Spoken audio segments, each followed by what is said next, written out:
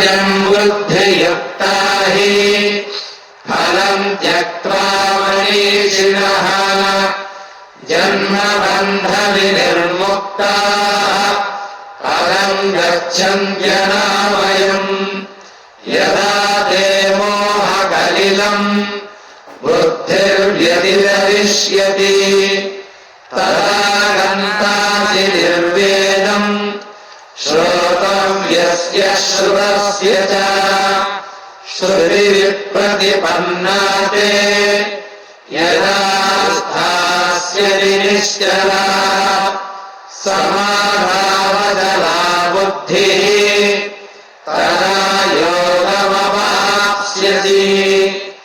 अर्जुन उवाच स्थितप्रज्ञस्य का भाषा समाधिस्तस्य केशव स्थितधीः किं प्रभाषेत किमासीत व्रजेत किम्।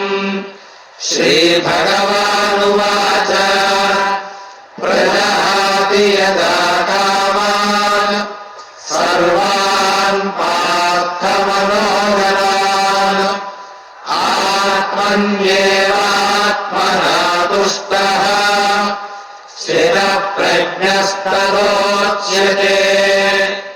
दुःखेष्वनुद्विग्नमनाः सुखेषु विगतस्पृहः वीतरागभयक्रोधः स्थितधीर्मुनिरुच्यते। यः सर्वत्रानभिस्नेहः तत्र प्राप्य शुभाशुभम् नाभिनन्दति न द्वेष्टि तस्य प्रज्ञा प्रतिष्ठिता। यदा संहरते चायम् कूर्मोऽङ्गानीव सर्वशः इन्द्रियाणीन्द्रियार्थेभ्यः तस्य प्रज्ञा प्रतिष्ठिता। विषया विनिवर्तन्ते निराहारस्य देहिनः रसवर्जं रसोऽप्यस्य परं दृष्ट्वा निवर्तते। यततोऽप्यपि कौन्तेय पुरुषस्य विपश्चितः इन्द्रियाणि प्रमादीनि हरन्ति प्रसभं मनः तानि सर्वाणि संयम्य युक्त आसीत मत्परः। वशे हि यस्येन्द्रियाणि तस्य प्रज्ञा प्रतिष्ठिता।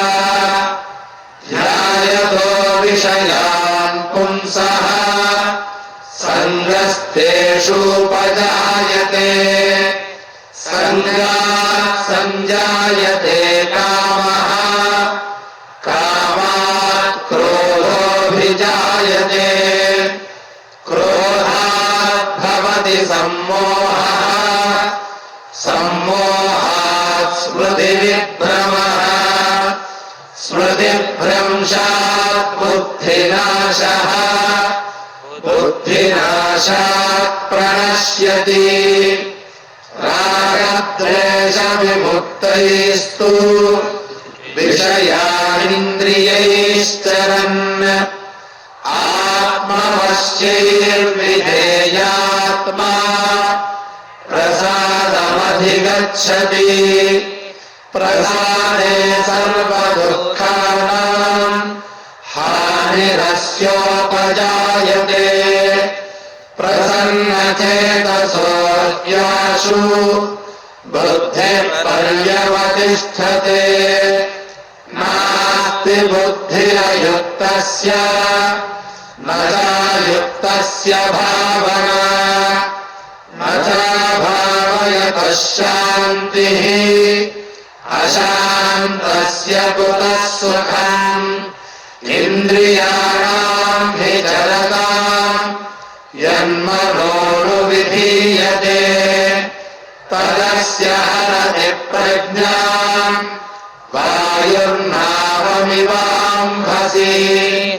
तस्माद्यस्य महाबाहो निगृहीतानि सर्वशः इन्द्रियाणीन्द्रियार्थेभ्यः तस्य प्रज्ञा प्रतिष्ठिता या निशा सर्वभूतानां तस्यां जागर्ति संयमी यस्यां जागृति भूतानि सा निशा पश्यतो मुनेः अनूल्यमानमचलप्रतिष्ठम् समुद्रमापः प्रविशन्ति यद्वत् तद्वत्कामायम् प्रविशन्ति सर्वे स शान्तिमाप्नोति न कामकामी विहाय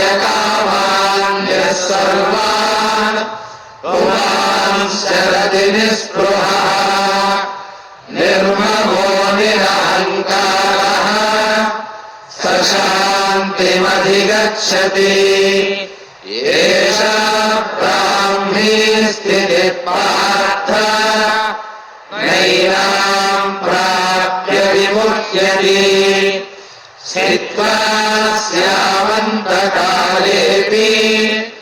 ब्रह्मनिर्वाणमृच्छति इति श्रीमद्भगवद्गीतासु उपनिषत्सु ब्रह्मविद्यायां योगशास्त्रे श्रीकृष्णार्जुनसंवादे सांख्ययोगो नाम द्वितीयोऽध्यायः।